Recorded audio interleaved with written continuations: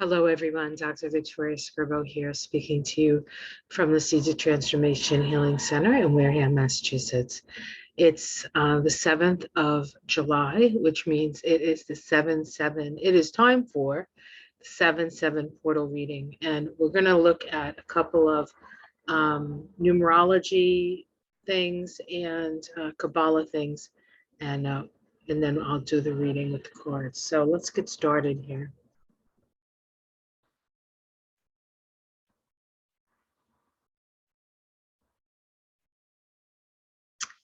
Alrighty.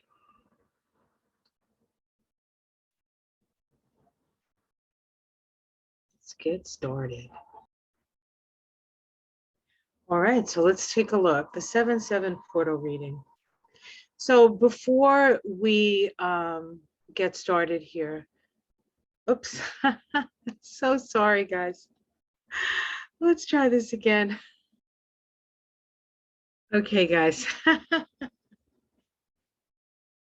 So we're in the 7-7 portal reading. So let's get started. So if we look at this from the perspective of numerology, we take the 7 and the 7 and the universal year of 6, right? 2022 vibrates to 6. We add that all together, we get the 20/2, the 20/2. This is associated with the Judgment card in the tarot. And the Judgment card, of course, we see Gabriel blowing his horn. This is sometimes called the final judgment. It is actually a card of awakening, a spiritual awakening and revelation. This is the card of the soul. This is the awakening to the idea that there is something beyond our three-dimensional reality, that we are, in fact, spirit having a human experience. If we take the vibrations of this number 7, which is a number of introspection and a number of silence, and add it to the 6, the number of harmony, service, and responsibility, we do get the 20/2. And according to Jean from Spiritual Light Vibrations, this book, Numerology, Spiritual Light Vibrations, she states that there is a spiritual awakening with this vibration that will bring new plans, new purpose, and new ambition. If we look at this, where this card falls on the Tree of Life, the Judgment card on the Tree of Life is located on the path that connects Hod, the Sephiroth of Mercury, with Malkuth, the Sephiroth of the Earth. And here we have Hod, also known as Splendor, and Malkuth, which is Kingdom. This is the path here. It is the 34th path. It is associated with the Hebrew letter Shin, which is the symbol for fire. Shin is one of the 3 mother letters of the Hebrew alphabet. Aleph being air, Mem meaning water, and Shin, fire. Those are the 3 mother letters of the Hebrew alphabet. And this is one of them. So this is a fiery vibration. It is also associated with the astrological sign. With the planet Pluto, The Judgment card on the Tree of Life, okay, I said that. This path is called the 31st path, the path of perpetual intelligence. It is the path of spiritual rebirth. Its astrological attribution is Pluto and fire, the flame of the life force. Its essence is resurrection in God consciousness, the circle of the eternal flame. And so this is an opportunity for us to connect with our God consciousness. And of course, because we have a double 7 here, this is a time of introspection. And so it's less about what you're saying, it's more about what you are meditating upon. So what I've done here is I've pulled up a chart for 7-7 at 7 o'clock in the morning. I could have done 7 p.m. And there's nothing specific happening, except that I want to point out a couple of things just aspectually or patterns. There's not like, oh, this is the day that this happens. But I will say that within the next 5 days, the United States will have its second Pluto return. And Pluto becomes very important at this time because the vibration of the 20/2 is connected to Pluto. So we look to see what Pluto is doing in the chart. We also want to look to see perhaps what Pluto is doing in your chart. So this might be something that you can explore. At the moment, Pluto on 7/7 at 7 in the morning, Pluto is retrograde at 27 degrees, 39 minutes of Capricorn. Of course, Pluto retrograde is an opportunity, as with all retrogrades, to be introspective around issues of power, especially power within government, which is associated with Capricorn, large institutions, any large institutions, including governmental institutions. And certainly here in the US, I can speak to this because I live here. All our government institutions are kind of under the microscope. The judicial branch, the powers of the judiciary, the powers of the presidency, and the powers of the Congress, right? 3 equal branches of government. However, at this point, I can say as an American, it doesn't seem like they're 3 equal. It seems like the judiciary has too much power, the Congress is broken, and the president generally has too much power. But interestingly enough, much more power in world events than in actual events that happen here. He seems to have less power over us than he does over, what the themes and the way that the world sort of moves forward. And that is true only because the United States is considered the most powerful country. Now that may be changing, of course. So that's not something you're not an empire forever. Not Rome wasn't an empire forever. The Ottoman Empire wasn't an empire forever. The English Empire wasn't. We all take turns. We all take turns, right? So let's just take a quick look at this at 7 o'clock in the morning and see what I want to see here. We're looking at Pluto. We see that Pluto is, as I said, in Capricorn retrograde. At 7 o'clock in the morning, it's in the 6th house. That's the house of service, the house of the military, the house of health, the house of mentorship. But we can see what aspects is actually Pluto making at this time, which I think is a little bit more telling. We have a sextile to Neptune here. Of course, Pluto and Neptune have been in the sextile for a long, long time. Sometimes they're out of it a little bit and they go into a different aspect, but now they're back into the sextile. This is a sextile that began, I can't actually remember when it began. It was a long time ago. And it is a sextile that opens the lines of communication when we're dealing with Pluto and Neptune. We're talking about communication between divinity and the soul. So this is a highly spiritual time, but this has been going on for I think, at least 100 years, if not longer, right? Okay. Sorry, I can't be specific about that. Little piece of data has left my brain. So let's just look at a couple of other things that are happening here. We have the North Node in Taurus. We have the South Node in Scorpio. Scorpio is a sign that is ruled by Pluto. So we know that the South Node is going to be important at this time. Of course, the South Node in Scorpio is about bringing up the shadow in order to heal it and release it. Now, Saturn is still square the nodes in this chart. Here we see Saturn here in Aquarius, square the nodes of the moon. The resolution node is still the South Node. And so in order for us to build a society that's more equal here, we need to revisit the past to look at our shadow before we can move to the future in order to build a more stable future.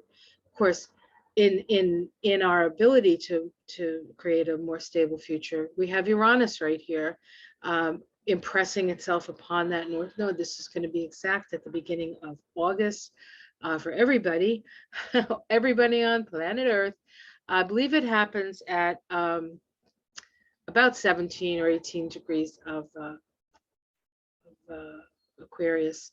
I mean, not Aquarius. God, that's Uranus, Taurus, and so things unusual, unexpected, ground shaking things will happen in order to bring us to perhaps work together to a more stable future. The old ways of doing things, power over dynamics, trying to control people, and of course trying to control, in the case of America, Scorpio is associated with reproduction, trying to control reproduction, will draw us to a new dawn, a new beginning, a new awakening, as it were. Okay, so the next chart is actually the same chart, only with a couple of things added. I wanted to see what the asteroids were doing because this gives us a fuller picture of the energy that we're in this 7-7 portal from an astrological perspective. We have, let's see, we have a grand trine here between the South Node in Scorpio, trine Venus, Neptune in Pisces, that was there before. And if we add Juno here in Pisces, Juno is the asteroid of relationship. So the need for relationship, the need to work within relationship in a very, very tight trine to the South Node. And then we come over here and we see on this side, we have the asteroid Ceres. Ceres is the goddess of the grain. And we know that we're having issues because of the war in the Ukraine. The goddess of the grain. She's also the goddess associated with grief, and we've had plenty of experience with grief as well. She is a powerful goddess. She is actually at this point in an opposition to Pluto. Mythologically, Ceres and Pluto did have an argument over Persephone. Pluto wanted to keep her. Ceres wanted her back, and they split the difference. And so we have the change of season, as it were.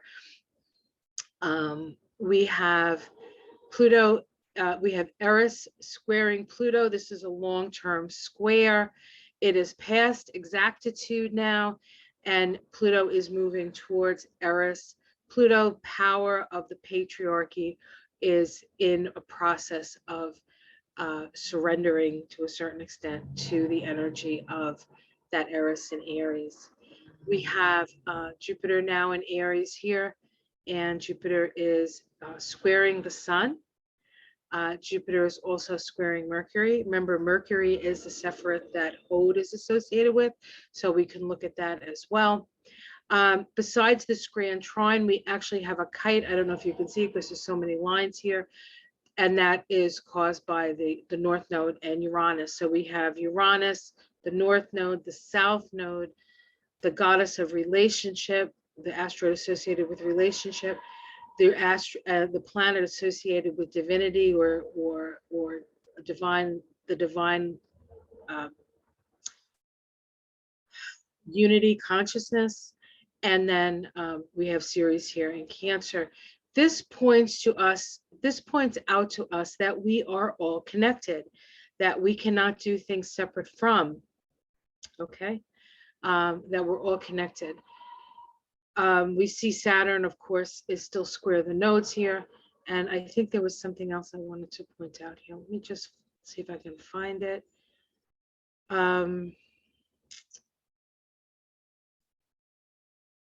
Okay. We also have a yod to the moon. Now this is 7 o'clock in the morning, and the moon moves very quickly, so it's going to move out of the yod, but it's worth taking a look at. We're looking at Juno, we're looking at the North Node, and we're looking at the moon in Libra, asking us to get along, get along.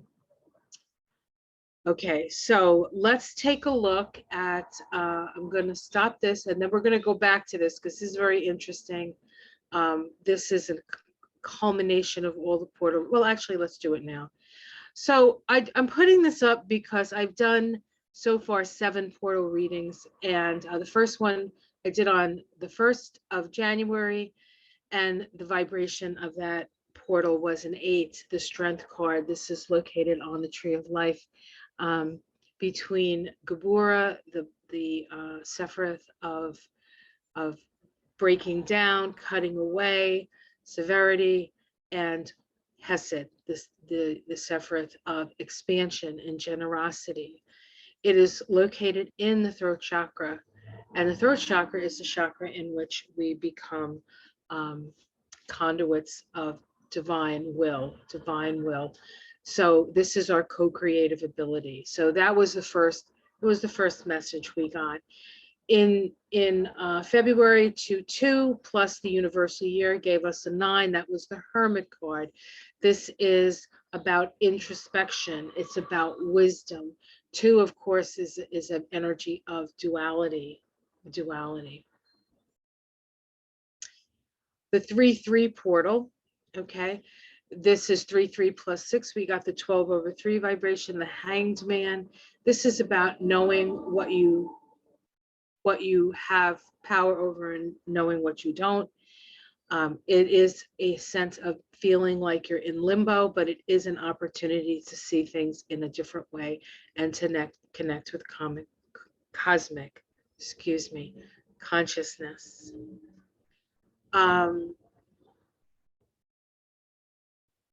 This is the 4-4 vibration.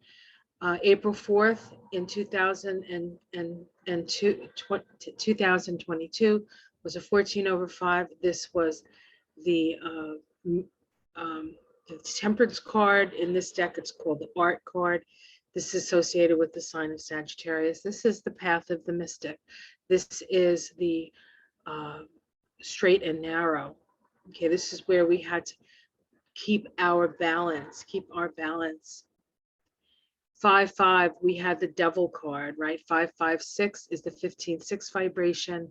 This is an understanding. This is about being trapped by our physical senses and not being aware that we are connected to something greater than that, greater to spirit.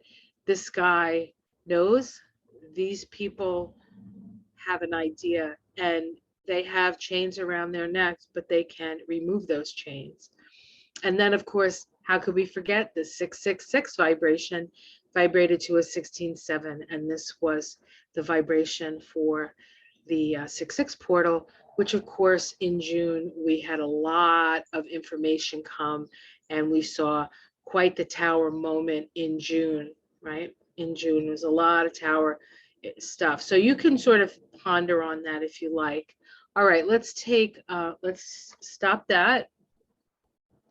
And let's take a look at the cards. So, oops, card. I think I want to use the Light Seers Tarot. So this is a message for us for the 7-7 portal. And of course, the 7-7 portal. This is a good time to meditate, especially today.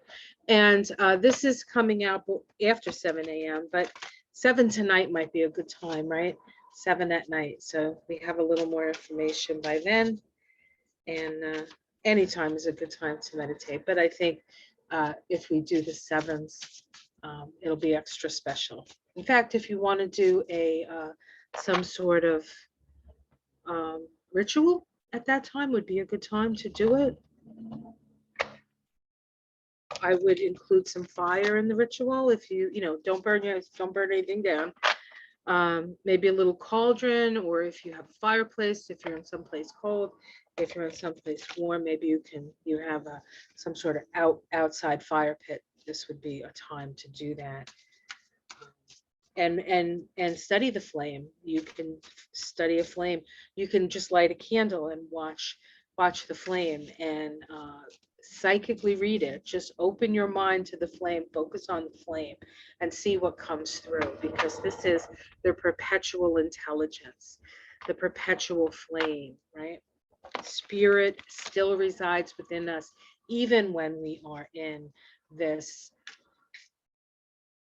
body.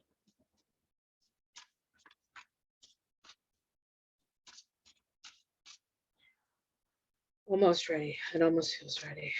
All right, let's see. What is our message for the 7/7 portal?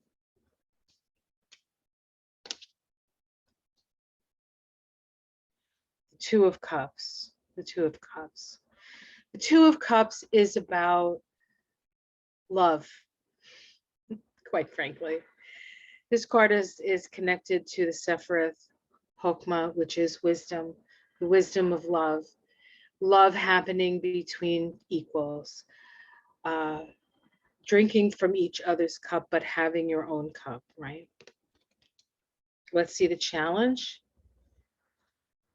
The nine of wands. We are feeling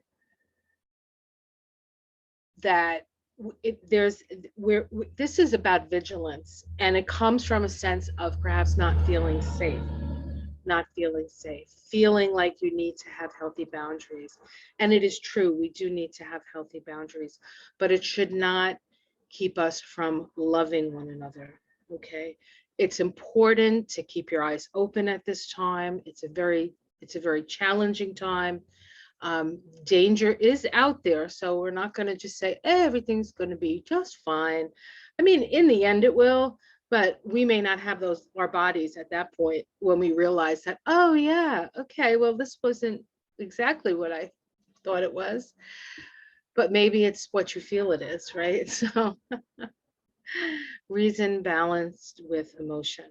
Reason and feelings have to be in balance. But this is the challenge. The challenge is, how do I love and yet keep myself protected? And also having to be vigilant. There are things that you have to stand for. You have to stand for your rights. Underneath it all is the Six of Pentacles. This is a beautiful card to be underneath it all, because this is about fairness. It's about fair distribution of resources. It's about giving and receiving. The problem with, you know, we're in a difficult financial situation all over the world, right? And there is this sense of there isn't enough, but in point of fact, there's plenty. It's just that there's an unfair distribution, and at the root of this is the fair distribution. So I think that's quite, I'm happy to see that card. In the past, we have the Ace of Cups. This is about, again, love, the unconditional, ever-flowing love of divinity for its creations, And this is associated with Kether in the Tree of Life, which is the crown. And so this is about trust and faith that you will be taken care of. Let's see what's in the sky. The Nine of Pentacles, the Nine of Pentacles. This is a card of feeling like you have enough, feeling like, but not just that you have enough, but that you've worked for it. So this says to me, if you work for it, you shall receive it. You shall receive it. And we have the Wheel of Fortune in the immediate future. So there is a change of fortune. So if things are challenging for you, there will be a change of fortune. If you're doing great, be careful. There's a change of fortune. The Wheel of Fortune generally deals with a balancing out. You know, what goes up must come down, and so, and we're all in a different place with that in our lives. Like, some people their relationships are great, but maybe their finances aren't so great, and maybe their finances get better, and then maybe the relationship have issues. So there's always this sort of cyclical energy. the key to that is to become an observer of the ups and downs, to find yourself in the center of the wheel instead of on the edge of the wheel where you're sort of, so poise, balance on the wheel here is very important. We have the 10 of Wands. We feel burdened. We feel burdened by many things. Part of this is the picture of that South Node, right, in Scorpio. It's time to unburden yourself. There's also this sense, in this one especially, of immigration, people moving from the places where they are because they can't sustain themselves. The realization that the people in the Ukraine are moving out of the Ukraine because they're being attacked, or the realization that people in Central America are trying to get into America, into the United States, because things are so dire and terrible down there. Part of that, of course, has been our, what we've done down there and how we've destabilized, and how, of course, climate change. You can't forget that. It all started with a drought. The Syrian thing all started with a drought.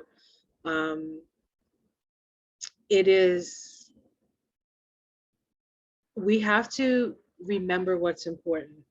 And that's what the North Node in Taurus is going to show us. What's important is life.